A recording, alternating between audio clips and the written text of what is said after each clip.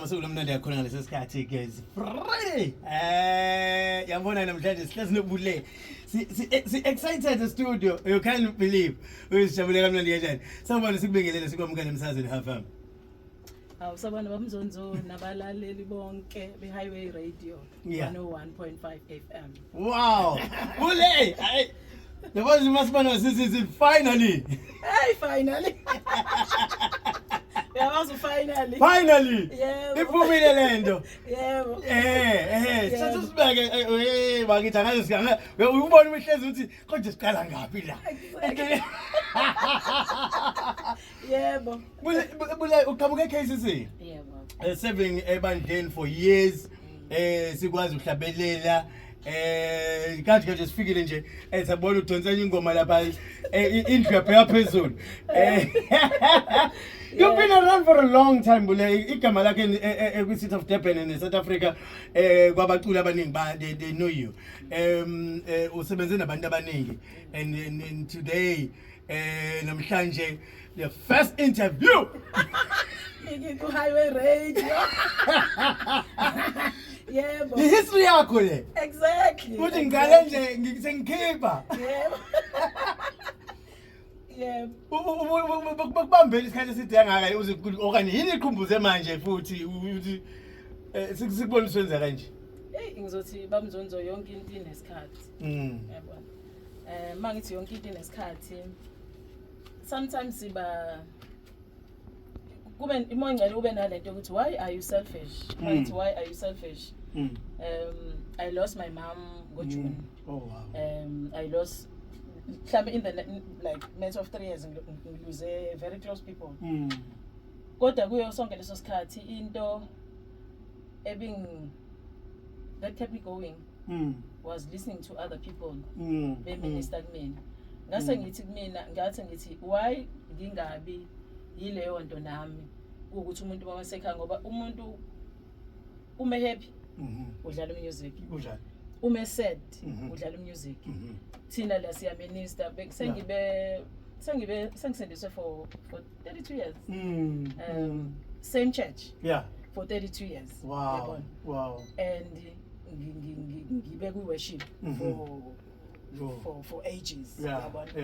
Why lento enhle kangaka lento yokuminister ngibe too selfish ukuthi igcine ukuthi ngiyokhe ngiyazi ukuthi lapha enkonzweni nalapho la ngisuke ngicula khona kwezinye indawo nani lento ukuthi ke mhlawumbe kwesinye isikhathi umuntu bengiconcentrate kakhulu ngasemsebenzini omunye umlungu yabona umqashi yabo so ngabona ukuthi no ekudluleni njengoba ngibali lutho losing my mom music into oyenzile kumina ubona ukuthi uma ulalela ngilalela abanye abantu why nami ngingabi ilokho kwabanye abantu yabona kwabanye abantu more than anything nje ukweship uNkulunkulu ilento engangisho producer Mr. Wandakhwela ngathi I just want a song elizodumisa uNkulunkulu more than anything angifuni lelo lizoba nezitori xoxa izitori no I just want icule engizovane ngidumisa nje uNkulunkulu worship God and yeah and liqale likhulume nami iqala that is i secret yabo ukuthi ngiyithi njengoba usho ukuthi ngathi ngifike enkonzweni ngikhumbula ukuthi upastor Bimzimela what usiculela lamaculo lawo vele owathandayo ngithi mina that was a secret yami for years ukuthi amaculo engangiwa introduce ngilidi worship eKCC amaculo vele aqale mhlawumbe sothi ngidlala iculo lodwa for about 2 months ngusisa and then the same song ngoba abantu bakwazi utransfera lento ekwena yayibona ukuthi vele ngoba ngisuke ngilithandile ngingibusisa nami and then letho bese ngibeka ngiphisela kubantu kodwa that was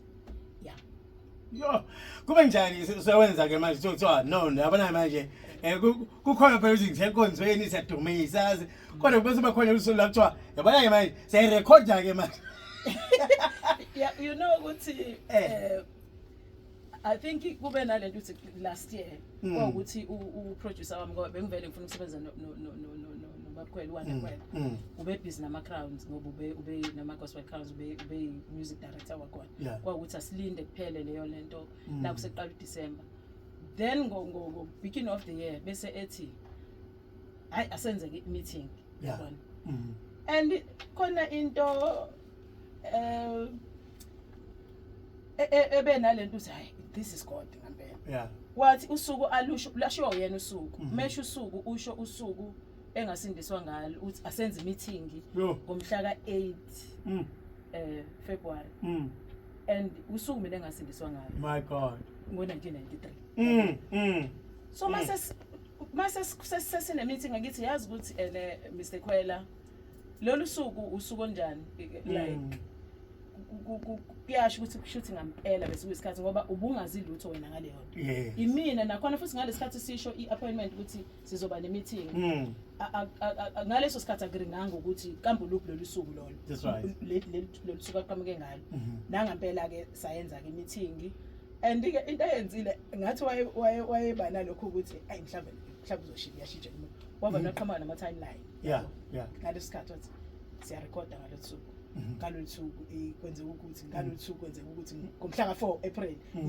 iyaphuma ingoma yabo angithi yabo ethi sibuyela ehlobeni lomsebenzi engwenza ukuthi we are dealing with ama timelines yes sengithi yabona ke la akadlali and ube sticker to ama lama timelines ukuthi okay sirecorda ngalolu suku senza ukuthi ngalolu suku senza ukuthi nangampela kwenzeke ngaleyo ndlela konke kwenzeka kanjalo and I remember ukuthi iculo I just sent ubaba Wanda masikhuluma ukuthi ngifuna into enjani yabona and bese ngifuna imedley yobayede yabo mangisenda nje just a 10 second clip 10 seconds clip athi hayi sekuyiculo njalo le like bengisho mina ukuthi ngifuna into ekanje yabo bese sino sekuyiculo ngoba uma ubuka iculo eqaleni kwalo lize liyophela khona ipart engaseqaleni likaphathi engaseqaleni